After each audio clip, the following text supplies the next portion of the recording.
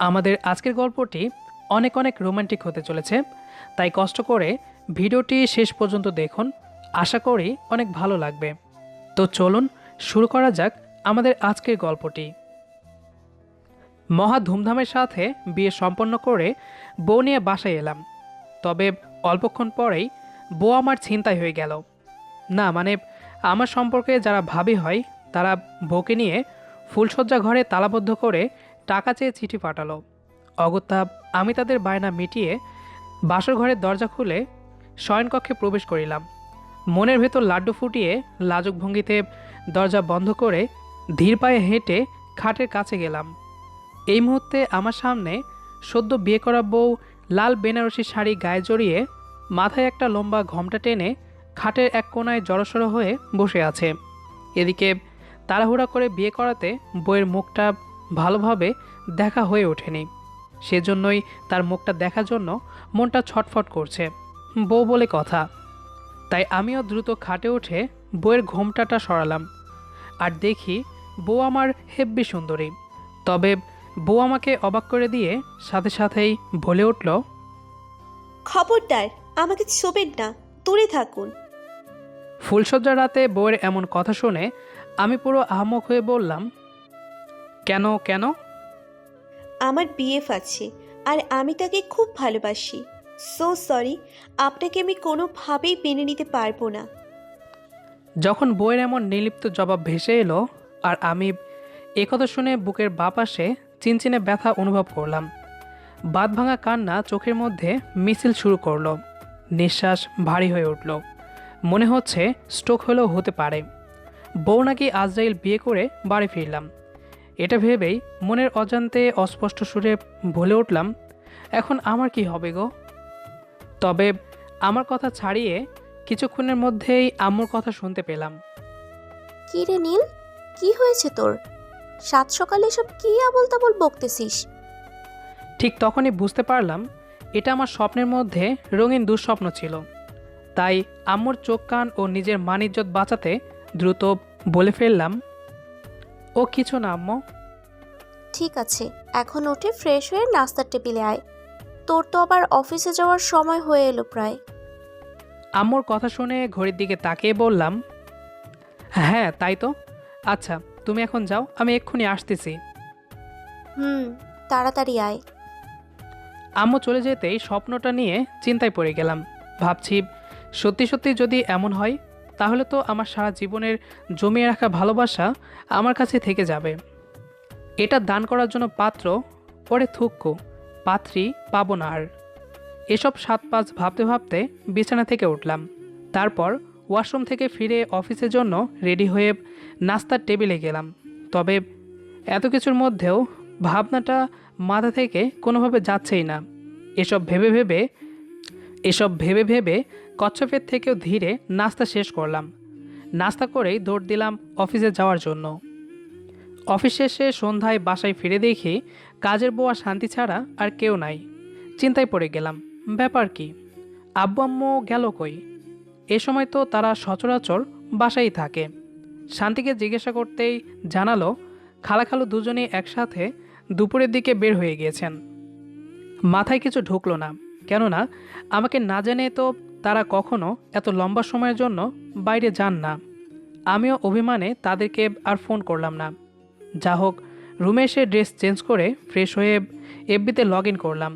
তারপর সার্চ দিয়ে আমার পছন্দের রাইটারের টাইমলাইনে মারলাম। দেখি নতুন একটা গল্প পোস্ট করেছে। সাথে সাথেই পড়তে আরম্ভ করলাম। কিন্তু গল্পটা পড়েই পুরনো চিন্তা আবার মাথা চাড়া দিয়ে উঠল। কারণ গল্পের কাহিনী ছিল একটা ছেলে বিয়ে করে বাসরাতে জানতে পারে তার স্ত্রীর অন্য আরেকজনের সাথে অ্যাফেয়ার আছে। তাড়াতাড়ি লগ আউট করে এফবি থেকে বের হয়ে ভাবনার সাগরে ডুব দিলাম, কেননা ভাবনাটা প্রবল আকার ধারণ করছে। এমন সময় কলিং বেলের আওয়াজ শুনতে পেয়ে বাস্তবে ফিরে এলাম। দরজা খুলে দেখি আব্বু আম্মু আসছে। তবে তারা আমাকে অবাক করে দিয়ে তাদের রুমে চলে গেল। কিন্তু উভয়ের মুখে মুচকি হাসি আমার দৃষ্টি আকর্ষণ করলো ও কিছুটা সন্দেহ জাগ্রত হলো। সেজন্য তাড়াতাড়ি আব্বুর রুমের পাশে গিয়ে কান পেতে তাদের কথাবার্তা শোনার চেষ্টা করলাম। অবশ্য তাতে বেশি একটা সুবিধা হলো না। শুধু এতটুকু বুঝতে পারলাম কারো বিয়ে নিয়ে কথা হচ্ছে। আমার তো একটাই ভাই, সেও দেশের বাইরে থাকে। তাহলে কি আমার বিয়ের কথা হচ্ছে? কথাটা ভেবেই একটু খুশি খুশি লাগছে, কারণ সামনে শীতের মৌসুম, মানে বিয়েরই সিজন। কিন্তু পরক্ষণেই ভোরের স্বপ্নের চিন্তাটা আবার মাথায় খেলে গেল। যদি বউয়ের সাথে সত্যি কারো সম্পর্ক থাকে। রাত 10টা, ডাইনিং টেবিলে রাতের খাবার চলছে। খাওয়ার এক ফাঁকে আব্বু বললেন, তানভীর, তোমাকে কিছু বলার ছিল। কোন ব্যাপারে? না মানে বলছি কি, তোমার তো এখন একটা ভালো চাকরি হয়েছে, আর তুমি আমাদের একমাত্র সন্তান, যে দেশে থাকো। হ্যাঁ আব্বু, তবে হুট করে এসব কেন বলছো? উপরোক্ত কথাগুলোর মানে টানে সবই বুঝে গেছি, কিন্তু চেহারায় মাসুম বাচ্চার মতো ভাব নিয়ে কথাটা বললাম। তবে আব্বু স্বাভাবিকভাবেই বললেন। কারণ তো অবশ্যই আছে। এ সময় আমি কিছু না বলে প্রশ্নবোধক দৃষ্টিতে আব্বু আম্মুর মুখের দিকে তাকিয়ে রইলাম। তখন আব্বু আবার বলা শুরু করলেন। আমরা আজকে তোমার জন্য মেয়ে দেখে আসলাম। আমরা চাই আগামী মাসের মধ্যে তোমাদের বিয়েটা হয়ে যাক। কিন্তু বাবা, বলতেই আব্বু আমাকে থামিয়ে দিয়ে হালকা হেসে বললেন, কোনো কিন্তু নয়। তাছাড়া পাত্রী আমার ঘনিষ্ঠ বন্ধু রায়হানের মেয়ে, সেজন্য কথার কোনো নড়চড় হবে না। বুঝতে পেরেছো? জি আব্বু। আর শোনো, কালকে আবার তাদের বাসায় যাব। অবশ্যই তোমাকে নিয়ে যাব, যাতে পাকা কথা দিয়ে আসতে পারি। আর হ্যাঁ, তুমি অফিসে ছুটি নিয়ে রাখবে। ওকে আব্বু। পাংশু মুখে বলেই নীরবে অন্ন গলধকরণ করতে থাকলাম। তারপর খাওয়া শেষে রুমে ঢুকেই মাথায় হাত দিয়ে বসে গেলাম, কারণ আব্বুর কথাগুলো শুনে আমার হার্টবিট অফ হয়ে যাওয়ার উপক্রম প্রায়। কেননা রায়হান আঙ্কেলের একমাত্র মেয়ে আলোকে আমি স্কুল লাইফ থেকেই চিনি জানি। সে মেয়ে নয়, পুরা লঙ্কা গুঁড়ো মরিচ, বড্ড জেদি টাইপের এবং খুব রাগী স্বভাবের। অল্প কিছু হলেই রেগে টম, যেন ফায়ারিং ক্যাম্প। তাছাড়া বাবার বন্ধুর মেয়ে হওয়াতে আমাদের বাসায়ও প্রায় আসতো। সে থেকেই ওর সাথে বন্ধুত্ব। তবে আমি ভার্সিটিতে ওঠার পর থেকে আর যোগাযোগ নেই, সেজন্য এখন কি অবস্থা বলতেও পারছি না। যা হোক, ছোটবেলায় আলোকে প্রথম দেখাতেই ভালো লেগেছিল, কিন্তু যখন ওর সাথে পরিচিত হই তখন থেকে ওর প্রতি আমার ভালো লাগা ভয়ে পরিণত হয়ে গিয়েছিল। কেননা সে রাফ বিহেভের মাস্টার, কারো কোনো তোয়াক্কা করে না। এমনটা না যে আলো দেখতে খারাপ, সে দেখতে খুবই সুন্দরী, কিন্তু এটা নিয়েও এখন একটা চিন্তা মাথায় ঘুরছে। কারণ সুন্দরী মেয়েরা অনেকের সামনে মূলা গাজর ঝুলিয়ে রাখে, তারপর যে খাওয়ার জন্য বেশি লাফঝাপ করবে তার সামনে থেকে আস্তে করে ওইটা উঠিয়ে নেবে। এসব ভাবতে ভাবতে রাতে ভালো ঘুমই হলো না। পরদিন রেডি হয়ে আব্বু আম্মুর সাথে আলোদের বাসায় গেলাম। আলোর বাবা মা আমাদের ভালোভাবেই আপ্যায়ন করলেন। কথার এক পর্যায়ে আঙ্কেল আন্টি আমাকে আলোর সাথে আলাদা করে দিলেন। আমি এই মুহূর্তে আলোর রুমে বসে আছি, কী দিয়ে শুরু করব সেটা ভাবছি। আর চোরা চোখে আলোর গতিবিধি পর্যবেক্ষণ করছি। তবে একটা বিষয় লক্ষ্য করে অবাক হচ্ছি, যে আলো সবসময় রেগে থাকতো, কিছু হলে বকাঝকা করতো, আর সে এরকম মুচকি মুচকি হাসছে কেন? এই হাসির পিছনে কি আছে? নাকি বিয়ে করে আমার সব সম্পত্তি নিজের নামে করে ওর বিএফ নিয়ে পালানোর প্ল্যানিং করছে, আর সেটা সফল হবে ভেবেই এত হাসছে? যদিও বা আলোর বাবা আমাদের থেকে বড়লোক, তাতে কি? অন্য কোনো ছেলের সাথে পালালে আঙ্কেল তো আর মেয়েকে সম্পত্তি দিবেন না, তাই আমার সম্পত্তি নিয়ে পালানোর বুদ্ধি। আমাকে এভাবে চুপ করে থাকা দেখে আলোই প্রথমে মুখ খুলল। কি ব্যাপার? কি ভাবতেছো? না কিছু না। আচ্ছা, তোমার কি এই বিয়েতে মত আছে? কথায় আছে, চোরের মন পুলিশ পুলিশ। সেজন্য অন্য কোনো কথা বের হওয়ার আগেই আমার মুখ ফসকে এটা বের হলো। তবে আমার এমন বোকা নাকি চালাকি প্রশ্ন হবে, সেটা শুনে আলো জবাব না দিয়ে হেসেই যাচ্ছে। আমার সন্দেহ আরও প্রগাঢ় হলো। তাই আমি আবার ট্রিক্স মেরে বললাম, মানে তোমার যদি কোনো বিএফ থাকে তাহলে আমাকে বলতে পারো, আমি তোমাদের বিয়ের ব্যবস্থা করে দিব। এবার আলো আমার কথা শুনে চোখ বড় বড় করে তাকালো এভাবে বেশিক্ষণ তাকিয়ে থাকলে আমি ভস্ম হয়ে যাব। সেজন্য নিজের সেফটির জন্য এই ব্যাপার নিয়ে আর কোনো কথা বাড়ালাম না। অতঃপর প্রসঙ্গ পাল্টানোর জন্য বললাম, তোমার যদি কোনো প্রশ্ন থাকে তাহলে আমাকে করতে পারো। জি আছে। আচ্ছা বলো। তোমার জিএফ আছে বা কাউকে ভালোবাসো? আস্তাগফিরুল্লাহ, এসব তুমি কি বলো? বেশি ড্রামা করো না, পরে দেখবো বাচ্চাও আছে। তৌবা তৌবা, নাউজুবিল্লাহ, কী সব ছিমার্কা কথা। তাছাড়া তুমি তো আমাকে ছোটবেলা থেকেই জানো, তারপরও এসব বলতে পারলে? সরি, এমনি মজা করলাম। আর তুমি এত কিউট বলেই বিয়েতে রাজি হয়েছি, নয়তো এত আর্লি বিয়ে করার ইচ্ছেই আমার ছিল না। যা হোক, আলোর এমন পজিটিভ কথা শুনে খুশি হলাম। তবে আমাকে বিয়ে করার জন্য এত আগ্রহ দেখে পুনরায় সন্দেহ প্রবল আকার ধারণ করলো।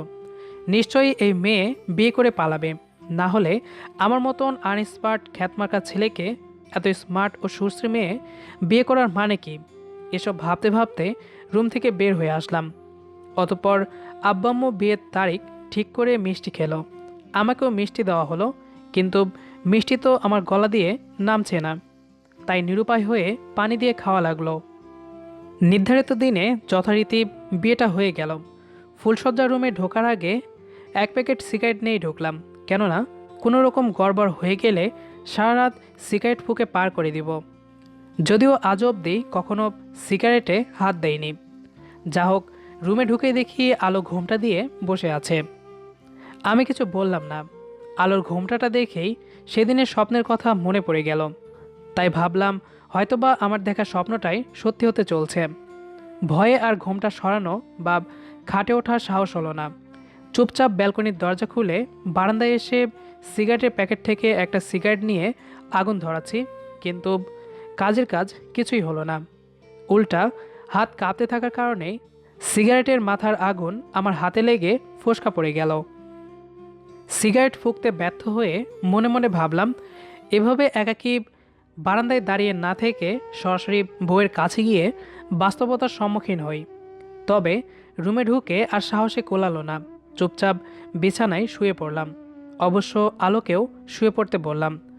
যদিও শুয়ে আছি, তবে আমার চোখে ঘুম নেই, খুব খারাপ লাগছে। অন্যদিকে আলো ফুঁপিয়ে ফুঁপিয়ে কাঁদছে। ওর কান্নার শব্দ বারবার আমার কানে লাগছে। আমি ভাবলাম হয়তোবা বাবা মা অথবা বিএফের কথা মনে পড়ে গেছে। পরদিন সকালে উঠে অফিসে গেলাম, যদিও সবাই নিষেধ করেছিল। সারাদিন অফিস করে সন্ধ্যায় বাসায় ফিরলাম। দরজা খুলল আলোই। মুখে জোর করে হাসি হাসি ভাব রেখে রুমে গেলাম। ফ্রেশ হয়ে বারান্দায় আসলাম, আবার একটা সিগারেট ধরালাম। এবার আর ভুল হলো না। একটু কেসেছিলাম, এই যা। আপন মনে সিগারেট টানছি, এমন সময় কোথা থেকে আলো এসে পাশে দাঁড়ালো। এই যে তানভীর সাহেব, তোমার সাথে কিছু কথা ছিল। বলো। বলেই মনে মনে ভাবছি হয়তো ওর বিএফের কথা বলবে, নয়তো ওদের বিয়ের ব্যাপারে সাহায্য সহযোগিতা চাইবে। তবে আমাকে অবাক করে দিয়ে বলল, তোমার কি কোনো জিএফ আছে, নাকি অফিসের কোনো মেয়ে কলিগের সাথে অ্যাফেয়ার চলছে? আমি তো পুরোই টাসকি খাইলাম, আর টাসকির পরিমাণ এতই বেশি যে হাত থেকে সিগারেটটা খসে পড়ে গেল। কোনো রকমে নিজেকে সামলে বললাম, না না, তোমাকে আমি আগেও বলেছি, এখনও বলছি, এসবে আমি নেই। বলার পরেই হঠাৎ মাথায় একটা দুষ্ট বুদ্ধি আসতে ফের বললাম, আর হ্যাঁ, আমি শুধু একটা মেয়েকেই ভালোবাসি। কিন্তু হঠাৎ এমন প্রশ্ন কেন? কথাটা শুনে আলো রেগে লাল হয়ে গেল। তবে এসব ছাড়িয়ে হঠাৎ দেখি ওর হাতে বটিদা। আমি তো ভয়ে অজ্ঞান হয়ে যাব এমন অবস্থা। আলো বটিদা উঁচিয়ে ডাকুরানি সুরে বলল, আমিও তাই ভাবছিলাম, তোর জীবনে অন্য কোনো মেয়ে আছে, না হলে 500টাতে তুই কেন আমার থেকে দূরে ছিলি? আমার থেকে দূরে থাকতে খুব মজা না? আর এইদিকে আমি শুধু শুধু তোর জন্য অপেক্ষা করি। বল, কে সেই মেয়ে? তোর জীবনে আমি ছাড়া অন্য কোনো মেয়ের অস্তিত্ব থাকতে পারে না। আলোর কথাগুলো যদিও হিংস্র ছিল, তবে শুনে আমার মনে শান্তির আভা খেলে গেল। ভালো লাগার আবেশে চোখ বুজে এলো। তবে এই ভালো লাগা বেশিক্ষণ স্থায়ী হলো না। মানে হুট করে আলো কান্না শুরু করে দিল, এমনকি ওর হাত থেকেও বটিটা ফ্লোরে পড়ে গেল। আমি ভেবাচাকে খেয়ে আলোর চোখের পানি মুছে দিয়ে কাছে টেনে বললাম, আরে পাগলি, আমার জীবনে তুমি ছাড়া অন্য কোনো মেয়ের অস্তিত্ব নেই। আর আমি তো মজা করে কথাটা বলেছি, ভালো তো বাসি শুধু আমার আলোকেই। তাছাড়া বাসুরাতে আমি ভেবেছিলাম যে, তবে পুরো কথাটা বলতে পারলাম না, শুধু অনুভব করলাম আলোর ঠোঁটের উষ্ণ ছোঁয়া। সন্ধ্যের মৃদু ঠান্ডা হাওয়ায় আমরা দুজন দুজনকে জড়িয়ে ধরে দাঁড়িয়ে আছি আর ভালোবেসে একে অপরকে চোখের জলে ভিজিয়ে দিচ্ছি। এর চেয়ে সুখময় অনুভূতি আর কী বা হতে পারে। তখনই মনে মনে প্রমিস করলাম, আলোকে আর কখনো কোনো অবস্থায় ভুল বুঝবো না, কষ্টও দিব না। যদিও বা আলো রেগে গেলে মাথা ঠিক থাকে না, কিন্তু রাগী মেয়েরা একটু বেশি ভালোবাসতে পারে। যাই হোক, গল্পটি এ পর্যন্তই ছিল। আমাদের আজকের গল্পটি আপনার কাছে কেমন লেগেছে সেটি অবশ্যই কমেন্ট করে জানাবেন। দেখা হবে আবারও নতুন কোনো গল্প নিয়ে। সেই পর্যন্ত আমাদের সাথেই থাকবেন। ধন্যবাদ সবাইকে।